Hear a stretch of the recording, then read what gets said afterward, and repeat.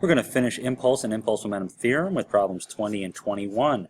Number 20, a 10 kilogram brick is dropped from a height of 2 meters.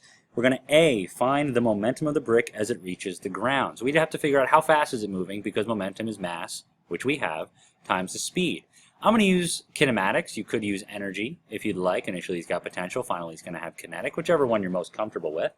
I'm just going to use kinematics to get Vf squared equals V naught squared plus 2AD.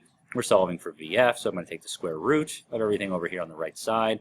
My initial speed was 0 because it was just being dropped, plus 2 times the accelerations, negative 9.8 meters per second squared. The d is negative 2 meters, and that's going to give me a Vf of 6.3 meters per second, although I know it's falling down, so I have to make sure I add in the negative, because your calculator is going to give you a positive coming out of a square root. You got to remember it's negative. So the momentum is mass times velocity. The mass was 10 kilograms. We just solved for the velocity. And that's going to give us 63 kilogram meters per second downward, so negative. Moving on to part B. What impulse is needed to bring the brick to rest? Well, impulse is change in momentum. And that's going to equal P prime minus P. Well, if it's coming to a rest, that means the momentum after the collision with the ground is going to be 0.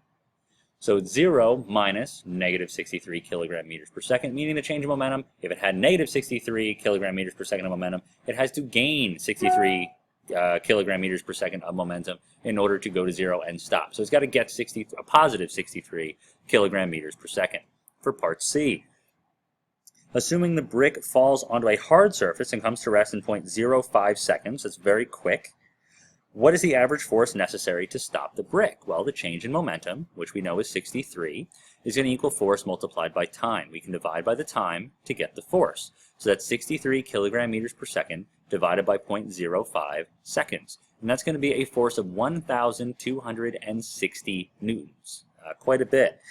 D, assuming the brick lands on a carpeted surface that extends the stopping time to 0.2 seconds, which is still pretty quick, but not as quick as it would be if it's landed on like a really hard stone surface.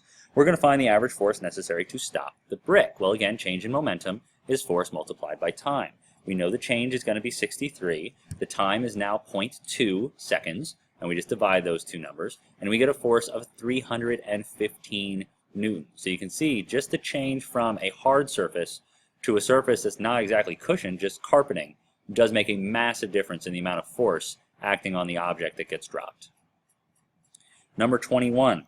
A 0.5 kilogram ball, so here's our mass, is dropped from rest at a point of 1.2 meters above the floor. The ball rebounds straight upward to a height of 0.7, so it's basically like a rubber ball that we drop and it bounces. We want to know what the magnitude, just meaning the size, and direction of the impulse applied to the ball during the collision with the floor happens to be. So we need a couple of pieces of information. Basically, we're looking for the change in momentum. So we need the momentum after the collision with the floor, and we need the momentum before the collision with the floor. So while it's falling, this time I'm going to use potential energy and kinetic energy to find out how fast it's going when it gets to the ground. I could have used kinematics again, but we'll just switch it up for fun. So initially, we're dropping it from a height of 1.2 meters, so it's only got potential energy. Since I'm dropping it, I'm not throwing it. Eventually, it's going to get to the ground. It's going to have all kinetic energy. So mgh equals 1/2 mv squared, and the m's cancel, giving me gh equals 1/2 v squared. So I'm just going to move the half over. That becomes a 2. Take my square root, and I get the square root of 2gh equals my velocity. Plugging in my numbers, I get 2. G is 9.8 meters per second squared. H is 1.2 meters. And that's going to give me a speed when this ball hits the ground of 4.85 meters per second downward, which is why I have a little negative there. So I can find out my momentum when it gets to the ground, because momentum is just mv. I know the mass is 1/2 kilogram. We just solved for the speed. So that's going to give me a momentum of downward negative 2.43 kilogram meters per second. Okay, now it's bounced and it's on its way back up. After it leaves the ground, it's still at the ground, but it bounces up with a particular amount of velocity. That's going to have kinetic energy. It reaches its maximum height. It's just going to be all potential energy because it's not moving at the highest point.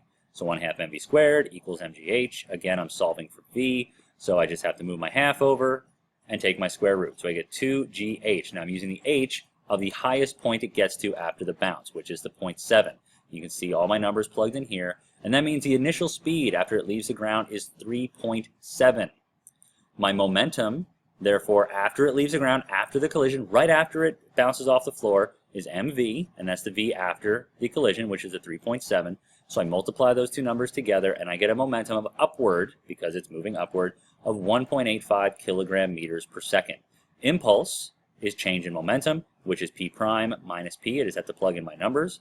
Looks like the scanner cut it off a little bit there, but my momentum after is 1.85 kilogram meters per second.